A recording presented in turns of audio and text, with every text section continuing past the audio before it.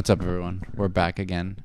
Thank you guys for tuning in. We appreciate y'all for watching. Don't worry, guys. We're fine. Yeah. We're fine. We are going to mark ourselves safe from the fires of LA. There's like 5 or 6 fires happening right now. They just came out. It just came out like it's a mixtape. Another one just dropped an hour ago in Calabasas area. Yeah. So now there's like 5 actual fires. The biggest one is the Palisades fire, and that one is like, it's about 20,000 acres that have burned already. Yeah, which is insane. That is crazy to think about. That's scary. Yeah. My mom stayed here last night because she was in an evacuation area, and holy crap, that was an experience. It was. I loved it. Yeah, Brian wanted more. Brian was offended she left this morning without saying I bye know. when he was asleep. She gives me anxiety because it's just like something always happens. She's either asleep or like yapping. She was talking a lot, but not in a bad way. I liked listening to her stories. She was trauma dumping Yeah. on Brian. It's okay. I was there for it. Excuse me. The smoke here is disgusting. It's raining ash outside. It is. That's why we have to like keep all the windows and everything closed and just have the air purifier on. Yeah. Don't know exactly what the fuck's going on out here, but it's 0% contained, and we are close to the biggest fire. So, yay! Well, yeah, we're not like super close to like. We're knock on wood. I don't think there's gonna be any fires next We're like to us. 5 miles away or so. A Right? little more than that. More than that. Right there by. Because we're like 8 miles from your mom, and then your We're not mom. 8 miles from my mom. Yeah, we are. Search right now on your phone. The Palisades is 8.5 miles from us. Okay. Palisades Village is 8 miles from us, which burnt down to the ground. Let's see. It is pretty crazy how much stuff is burning in LA right now. I feel like nobody gives a fuck, and that's totally fine. I'm sure they I probably care. wouldn't care What do you either. mean? Of course they care. What do you mean? Everybody like just loves us. No, not that. But I'm just saying, like, yeah.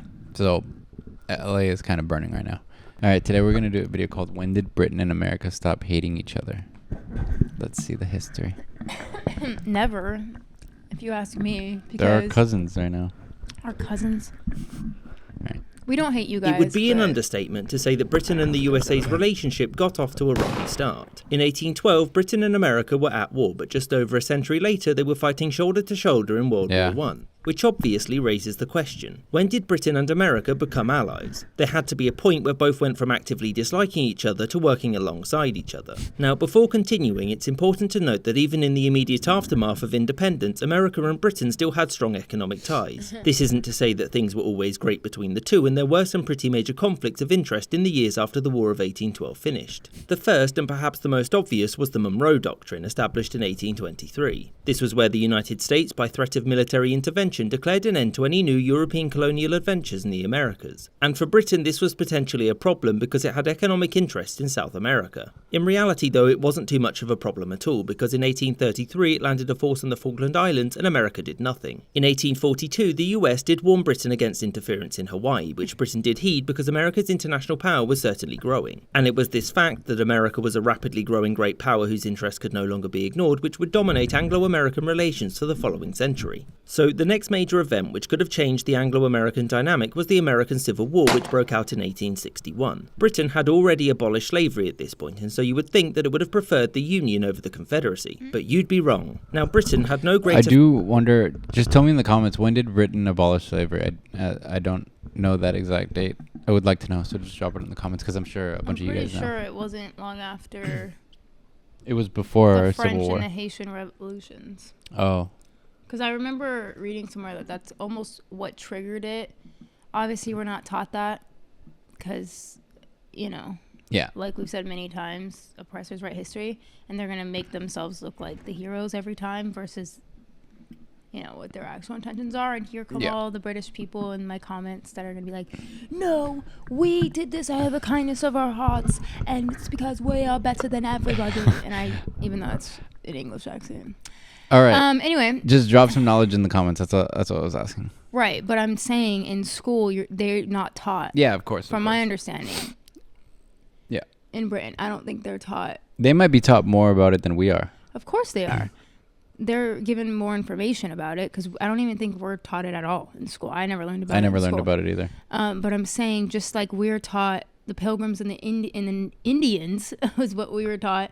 Not even Native Americans up until older, but we were taught that they had some like peaceful dinner. I know. Yeah, I know. It was you become an adult like and you learn a little bit too much. It really was portrayed like that. All right, let's see. For the Confederacy in its slave trade. Anyway, okay, keep going.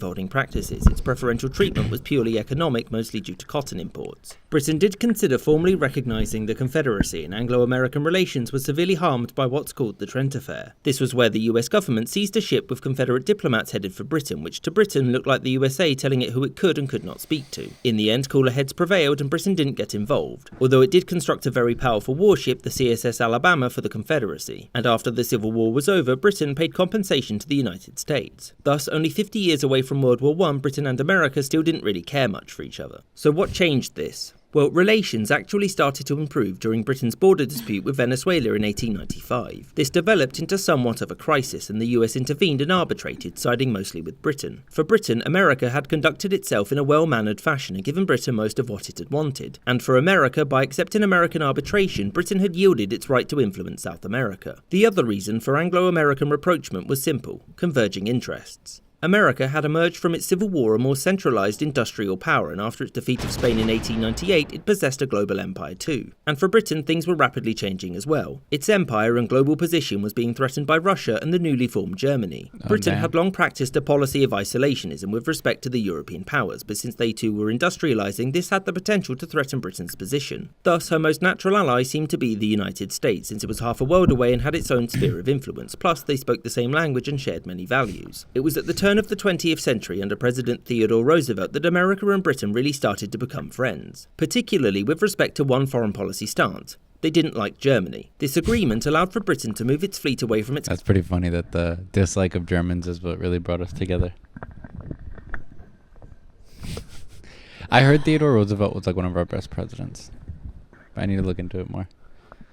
Caribbean colonies back to Britain to defend itself from Germany, while security in the Caribbean would fall to the US. After the First World War broke out, Germany's actions, such as U-boat attacks on American shipping and the Zimmermann telegram, combined with the fact that if Britain and France lost the war, they wouldn't be able to pay their American loans back, assured US intervention on their side. And from that point onwards, both the US and UK were largely in the same camps, barring a couple of mishaps here and there. Damn, that's pretty interesting. So you're saying, like, we were worried about that if they lost, they wouldn't be able to pay the loans back that we gave them.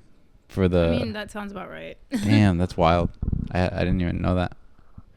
Hope you enjoyed this episode, and thank you for watching, with extra thanks to these patrons you can see on screen for their continued support. And an extra special thanks to James Bizanet, David Archaeologist, Azarka Flash, Danny Maloney, Party Boyko, Kulin Castleman. All right.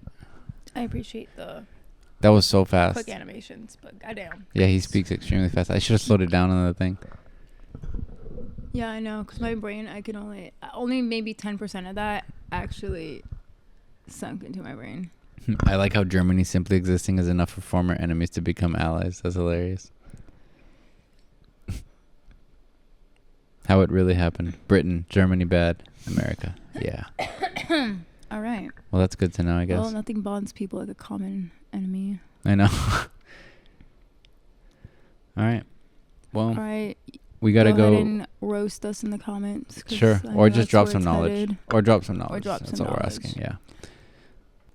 We all got an alert on our phones at the exact same time, and it's so loud out of nowhere. Just the alarm is, yeah. It spooks you sometimes. It does. We got a little shaken up about that. Yeah. So we're just gonna have to keep an eye out, and try to be safe and everything. We'll be fine. Smoke is annoying, but that's like the worst that we're probably gonna get in the city area.